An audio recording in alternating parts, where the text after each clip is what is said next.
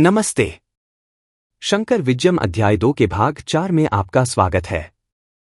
इस भाग में आर्यम्बा की गर्भधारण के दौरान हुई दिव्य घटनाओं, नंदीश्वर के दर्शन और शिवगुरु को मिले भविष्यवाणी संदेशों का वर्णन करेंगे।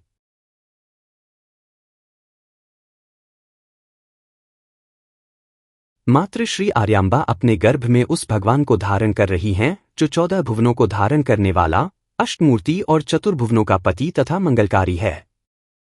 उसने तुम्हारे लिए 5 तारे, सूर्य और चंद्रमा और जीव धारण किए हैं। हे ईश्वर, आपको नमस्ते। मातृ श्री आर्यम्बा के गर्भाधान से पहले ही शिव तेजम उनमें प्रवेश कर गया और फैल गया।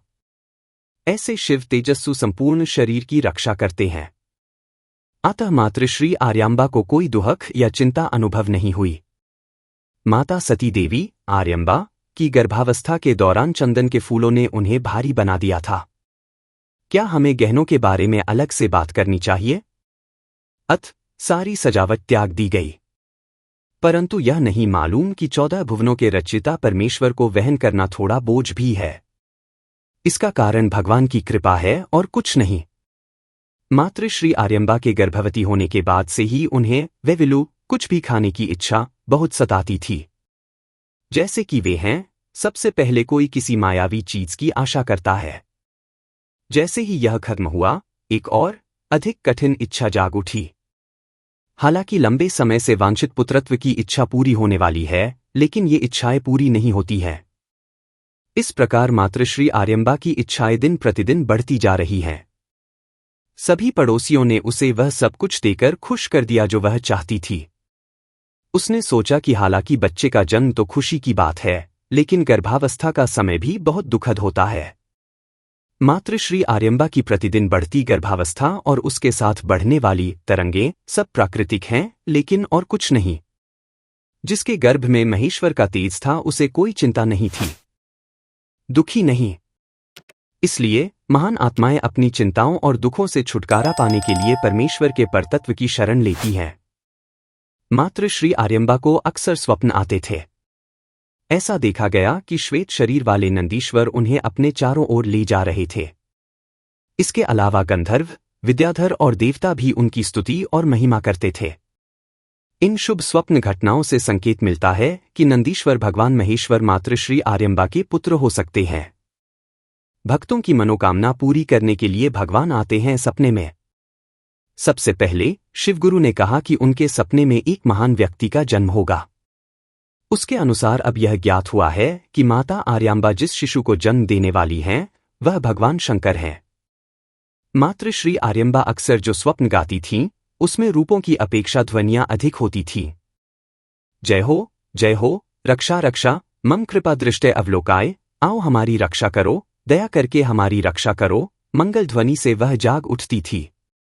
स्वप्न में बार बार ऐसी आवाजें सुनकर उसने सोचा कि जो पुत्र उससे उत्पन्न होने वाला है, वह संसार का उद्धार करने वाला तथा सर्वोत्तम दानी महेश्वर होगा। मातृ श्री आर्यम्बा को जब भी कुछ कहना होता था तो वे ऊब जाती थीं और चिढ़ जाती थीं। परंतु यह कल्पना की जाती थी कि परमतों का पक्ष लिया जा रहा है और स्वमत सिद्धांतों की स्थापना कर रहा है और सभी विरोधियों पर विजय प्राप्त कर रहा है। जिस बिस्तर पर वह सो रहे थे, वहां से उठना बैठना उनके लिए मुश्किल हो रहा था। ऐसा व्यक्ति ज्ञान के ऊंचे सिंहासन पर चढ़ने का सपना देखता है। इसके अलावा उन लोगों के प्रति अनुराग था जो सौम्य स्वभाव के थे और भौतिकवाद दिखाने वाली रागद्वेष प्रवृत्तियों के प्रति घृणा थी। अद्वैत सिद्धांतों में रुचि थी। ऐसे संकेतों से यह संकेत मिल रहे हैं कि संसार में सरस्वती के सिंहासन पर बैठने वाले महेश्वर का जन्म होने वाला है। सती देवी के स्तनों में भगवान ब्रह्मा द्वारा निर्मित दूध अमृत की तरह बहता है और नए अमृत से भरे बेसिन की तरह चमकता है। माता श्री आर्यम्बा ने गर्भ में रहते हुए शिशु के स्तनों के बीच द्वैतवाद, जीव, ब्रह्मा को शून्यवाद का मध्य विद्यालय बताया, जिसकी महात्माओं ने निंदा की थी। इसके अनुसार मातृ श्री आर्यम्बा को गर्भावस्था के कारण मध्य सम्मान प्राप्त हुआ। मालूम हो कि ये दोनों ही गर्भावस्था के लक्षण हैं। जब सभी ग्रह शुभ लग्न, मेष राशि में सूर्य, मकर राशि में मंगल, तुला में शनि, केंद्र में बृहस्पति और अन्य सभी ग्रह उचित दृष्टि में थे, तो पूज्य श्री शिवगुरु की पत्नी मातृ श्री आर्यम्बा ने एक महान व्यक्ति को जन्म दिया, जैसे देवी पार्वती ने कुमारस्वामी को जन्म दिया। पूज्य श्री शिवगुरु, जिन्होंने परम भगवान को देखा, आनंद सागर में डूब गए। बाद में उन्होंने जातक अनुष्ठान किया और बिना किसी शक्ति के ब्राह्मणों को धन, गाय, भूमि, वस्त्र आदि दान किए। जिस शुभ घड़ी में पूज्य श्री शिवगुरु के पुत्र का जन्म हुआ, उस समय बाघ सिंह बन गए, हाथी सिंह बन गए, सांप चूहे और बिल्लियां अपनी स्वाभाविक शत्रुता भूलकर एक साथ घूमने लगे। बड़े बुजुर्ग कहते हैं कि जब महात्मा पैदा होते हैं तो ऊपर वाली बात घटित होना शुभ होता है। संपूर्ण भौतिक संसार शांति में है।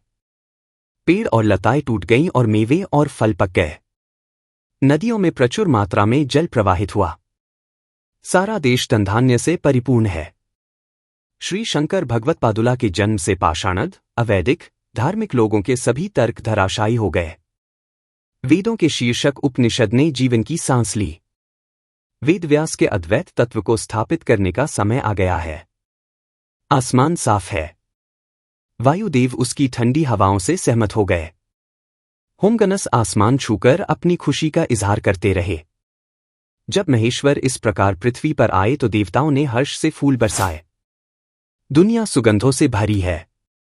जब उस महात्मा का जन्म हुआ तो अनेक महान गुणों की घोषणा की गई। शंकर, जो सूर्य के समान तेजस्वी हैं और श्री राम जैसे महापुरुषों की शक्ति से परिपूर्ण हैं, मात्र श्री आर्यम्बा पूज्य श्री शिवगुरु के रूप में उभरे। वह लड़का पवित्रता, ज्ञान और अनुष्ठान साक्षित्व में सूर्य के समान, आत्मज्ञान में मेरुप्रता पर्वत के समान, शिक्षा में सरस्वती देवी के समान बन गया और जन्म के समय महान गुणों की घोषणा की। तब पूज्य श्री शिवगुरु ने ऐसे विशेषज्ञों को बुलाना चाहा जो ज्योतिष में विशेषज्ञ हों और लड़के की कुंडली का फल जाने। पंडितों ने लड़के की कुंडली को ध्यान से देखा और आश्चर्यचकित रह गए। यह लड़का कोई आम इंसान नहीं है और स्वतंत्र रूप से कई किताबें लिखता है। ऐसा कहा जाता है कि वह अपनी प्रतिभा से अनेक उद्दंड विद्वानों को परास्त कर अपने मौलिक विचारों को प्रस्तुत कर उन्हें विश्व में स्थापित कर सदैव के लिए कायम कर देंगे। उनकी कीर्ति वहां तक है जहां तक यह पृथ्वी है। एक शब्द में कहें तो तैराक को उत्तम कहा जाता है। असीम प्रसन्नता के कारण पूज्य श्री शिवगुरु ने बालू की जीवन प्रत्याशा के बारे में कोई प्रश्न नहीं उठाया। वे विद्वान भी अपशकुन नहीं कहना चाहते थे और लड़के की उम्र के बारे में नहीं बताया। जब बालक का जन्म हुआ तो पूज्य श्री शिवगुरु उसका नामकरण करना चाहते थे। सभी रिश्तेदारों ने आकर लड़के को आशीर्वाद दिया और अनेक बहुमूल्य उपहार दिए। चंद्रमा की किरणों की तरह बच्चे ने उन रिश्तेदारों की सारी गर्मी बुझा दी जिन्होंने गर्मी के सूरज की गर्मी की परवाह नहीं की थी। इस पूरिति गृह में जहां दीपक रखा है वह बालक ही दीपक है। इसका अर्थ है कि शिव तेजोराशि निरंतर चमकते हैं, अंधकार को दूर करते हैं और प्रकाश प्रदान करते हैं।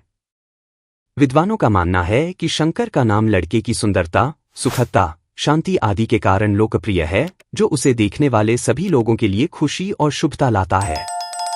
इसके अलावा पूज्य श्री शिवगुरु ने लंबे समय तक महेश्वर पर ध्यान किया और एक लड़के के रूप में शंकर नाम की स्थापना की, जिसे उन्होंने आशीर्वाद दिया था।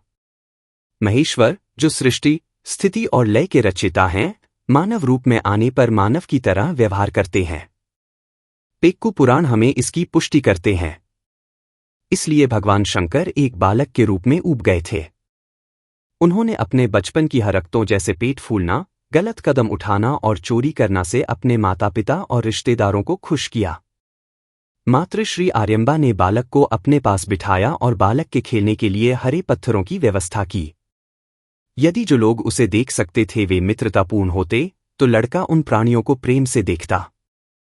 वे भी प्रसन्न थे और उनका हृदय भी प्रसन्न था, जो अन्यथा आए। जहां तक प्रतिवादियों का प्रश्न है, वह बेचैन दृष्टि से उन कणों को देखता था। तब उनके चेहरे फीके पड़ जाएंगे। शंकर अपनी तरफ लौटेंगे और बिस्तर को लात मारेंगे। दर्शकों को यह जो लग रहा था वह द्वैत पंडित शिरोमानस के सिद्धांतों का खंडन था, जो जीवेश्वर के भेद का अभ्यास करते थे।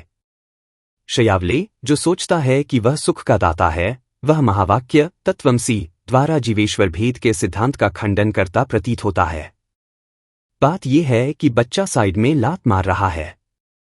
लड़के ने 2 अक्षर वाले शब्द बोले, अर्थात नेति और शिवोहम ही अद्वैत का आधार हैं, और स्पष्ट है कि 10 दिशालंदु अद्वैत का प्रसार करने वाले हैं। गलत कदम उठाने के बाद दिल जोरों से धड़क रहा था। बाला शंकर द्वारा कहे गए शब्द अबाबील का उपहास करते हुए प्रतीत होते हैं।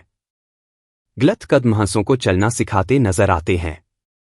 इसका अर्थ है कि शंकर की वाक्पटुता कोयल की आवाज जैसी है और उनकी चाल हंस की चाल जैसी है। इस प्रकार गलत कदम उठाने वाले लड़के के पैर कमल के समान कोमल और केसर पराग के समान लाल होते हैं। लड़के के सिर को करीब से देखने पर एक अर्धचंद्र, नीचे एक तीसरी आंख, उसके कंधों में एक कील और एक सफेद रोशनी दिखाई दी जो क्रिस्टल से प्रतिस्पर्धा करती थी।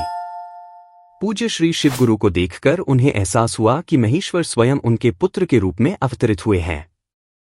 राजा के राज्य के समान, व्यसन रहित विद्वान की विद्वता के समान, शरद ऋतु में चंद्रमा की रोशनी के समान, बालाशंकर का शरीर दिन प्रतिदिन बढ़ता जा रहा है। शंकर के शरीर में प्रशांति, प्रसन्न दिव्य तेज, लक्ष्मी जैसा विकास, सरस्वती जैसा रूप, शंकर दिन प्रतिदिन विकसित हो रहे हैं। ऐसे बालक को देखकर मातृ श्री आर्यम्बा एवं पूज्य श्री शिवगुरु दुखी हो गए।